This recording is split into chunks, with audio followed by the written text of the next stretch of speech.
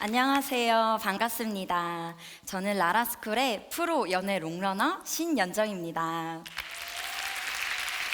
저는 대학생들의 로망 캠퍼스 커플 4년차입니다. SNS에 보니까 이런 인기 게시물이 있더라고요. 교수님들께서 원하시는 것과 다르게 우리가 실제로 조별과제에서 얻는 것은 인간에 대한 불신, 증오, 스트레스라고 하더라고요. 근데 저는 감사하게도 조별과제를 통해서 남자친구를 얻었습니다. 그 조별과제를 내주셨던 교수님이 바로 저기에 계세요. 네, 너무 감사한 분이죠. 저희가 같은 학과 내에서 꽤 긴 시간 연애를 하다 보니 지금은 교수님들까지도 모두 다 아시는 공식 커플이 됐어요. 한 번은 저희가 헤어질 뻔한 위기가 있었는데요. 그때 한 교수님께서 나서서 중재를 해주시기도 했어요. 저희 커플의 은인이시죠.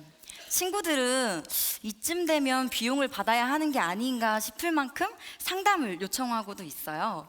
저 또한 현재 연애에 만족하고 행복함을 느끼고 있습니다.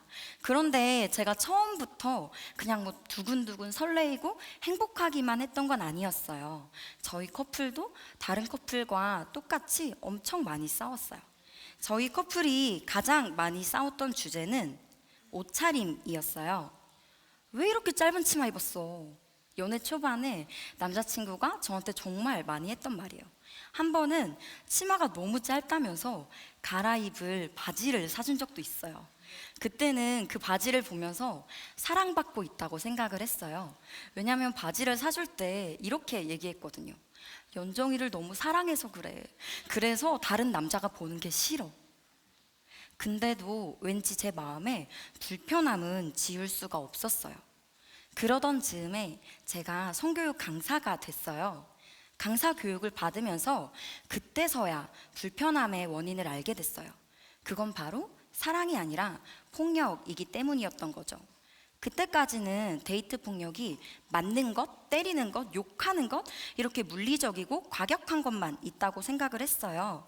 그런데 남자친구가 저한테 했던 행동은 통제 유형의 데이트 폭력이었던 거죠. 데이트 폭력을 그때서야 정확하게 인식할 수 있게 된 거예요. 데이트 폭력을 인지하고 나서부터 저희 커플은 어떻게 됐을까요? 더 싸웠어요. 엄청 싸웠죠. 남자친구가 저를 통제하려고 할 때마다 지금 이러는 거 데이트 폭력인 거 알아? 이렇게 날이선 말투로 공격을 했거든요.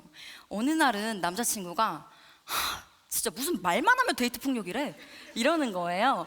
본인도 자신의 행동이 폭력이란 걸 몰랐던 거죠.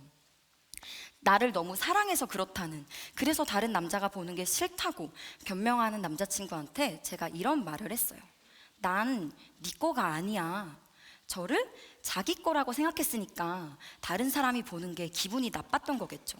그때 남자친구 휴대폰에 제 전화번호가 내 거, 하트 이렇게 저장돼 있었어요. 그리고 제가 이런 말을 또 덧붙였어요. 내 몸은 야하고 유혹적인 몸이 아닌데 내 몸을 이상하게 보는 저 남자들이 잘못된 거잖아. 왜 나한테 뭐라고 해? 엄밀히 따지면 난 피해자인데 왜 가해자는 가만두고 나를 단속해? 가서 저 사람들한테 뭐라고 해? 남자친구가 제 말에 충격을 받았나 봐요. 그렇게 많은 대화를 나누고 또 때로는 싸우면서 점점 자신의 행동이 폭력이라는 것을 깨닫기 시작했어요. 한 1년 반 정도가 걸린 것 같아요. 이렇게 얘기하니까 되게 금방 하루 만에 있었던 일인 것 같죠. 굉장히 긴 시간 여러 일을 겪었습니다. 친구랑 이 주제로 대화를 나눈 적이 있어요. 많은 사람들이 데이트 폭력을 경험하지만 이를 인지하지 못한다고 얘기를 했어요. 그러면서 제가 몇 가지 사례를 들었는데요. 제 얘기를 듣던 친구가 이렇게 질문을 했어요. 근데 남자가 키스해도 돼? 이렇게 물어보면 찌질해 보이지 않아? 저는 그 질문을 듣고 깜짝 놀랐어요. 스킨십이란 건 누군가 나의 경계에 들어온다는 거잖아요. 아무리 친한 사람이라고 해도 우리 집에 맘대로 쳐들어오진 않아요.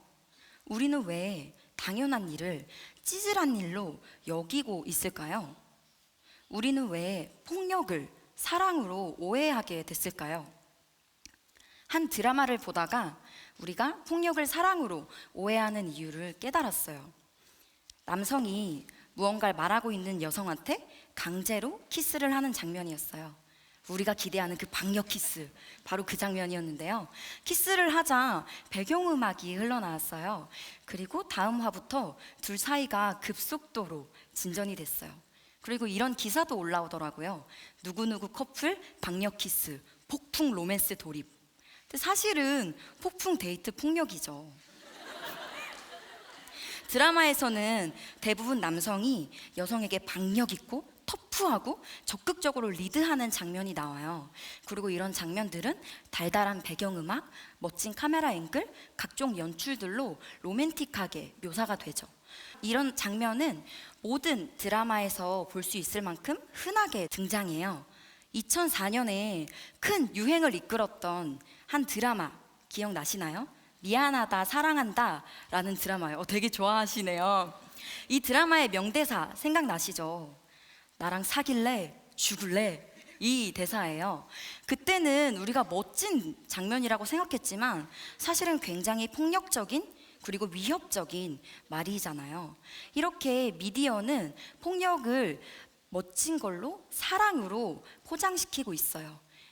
이건 영상 매체뿐만이 아니에요. 죽어도 못 보내라는 노래를 잘 아실 거예요. 애절한 표정으로 노래하는 그 가수를 보면 이게 무서운 노래라고 생각 못해요. 하지만 내가 헤어지자고 하는데 그 옛 연인이 나한테 이런 말을 한다고 생각해 보세요. 뭐? 헤어지자고? 나 너랑 죽어도 못 헤어져. 헤어질 거면 나 찌르고 가. 뭐 어차피 못 볼 거면 그냥 죽지 뭐. 너무 소름 끼치지 않나요? 이렇게 각종 미디어가 우리를 속이고 있어요. 그리고 이 안에는 성역할 고정관념이 뿌리 깊게 박혀 있는 거죠. 우리로 하여금 성역할 고정관념을 학습하게 하는 거예요. 적극적이고 박력 있고 터프하고 리드하는 모습을 남성스러운 것이라고 생각하고요. 반대로 이끌리고 순응하고 조신하고 소극적인 모습을 여성스러운 것이라고 생각하죠. 저도 예전에는 저랑 다른 그 여성스러운 모습을 흉내내곤 했어요.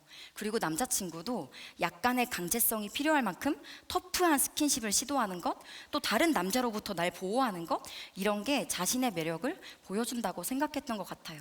진짜 안 어울리더라고요. 저희는 이렇게 미디어가 정해놓은 사회에서 말하는 그 매력을 보여주려고 애썼어요. 하지만 너무 어색했어요. 정말 불편했어요. 전혀 맞지 않는 옷을 입고 있었던 거죠. 드디어 맞는 옷을 입은 저희 커플은 어떤 모습일까요?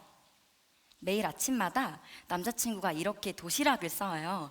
되게 예쁘죠? 저기 있는 음료수도 직접 바나나 갈아서 만들어 오는 거예요. 이 도시락을 본 친구들은 이렇게 말해요. 야, 남녀 역할이 바뀐 거 아니야? 하지만 저희는 알고 있어요. 앞치마는 저보다 남자친구한테 훨씬 잘 어울리는 것을요. 어느 날은 남자친구가 친구를 만나고 와서 이런 얘기를 하는 거예요. 너무 화나. 철수 만나고 왔는데 걔가 자기 여자친구랑 싸운 얘기 했거든? 걔는 지가 하는 행동이 데이트 폭력인 것도 몰라. 개구리가 올챙이적 생각을 못하는 거죠. 감사합니다. 저희가 아까 그 드라마를 보고 멋지다고만 생각했다면 이런 말을 할 수 있었을까요? 초등학교 때 셀로판지 실험을 했던 게 생각이 나요. 빨간색 셀로판지를 눈앞에 대고 글씨를 보면 빨간색 글씨는 보이지가 않아요. 하지만 빨간색 글씨가 보이지 않는다고 해서 빨간색이 없는 것은 아니죠. 지금 우리 눈앞에는 어떤 셀로판지가 있을까요? 어쩌면 우리는 무엇을 입을지, 무엇을 말할지조차 스스로 선택하지 못하고 있는 것 같아요. 누군가가 나의 삶을 대신해서 선택해 주는 것, 내가 누군가의 소유가 되는 것, 이건 진정한 사랑이 아닌 것 같아요. 저한테는 너무 불편했어요. 평등하다는 건 자유롭다는 거예요. 나 스스로 나의 모든 것을 선택할 수 있는 거죠. 우리는 그저 내 선택을 내가 사랑하는 사람과 함께 나누고 때로는 같이 고민할 뿐이에요. 무엇을 입든 그리고 누구를 만나든 그건 내 여자가 아닌 그녀의 선택이니까요. 여러분 모두도 자유롭고 평등한, 그래서 행복한 연애를 하시기 바랍니다. 감사합니다.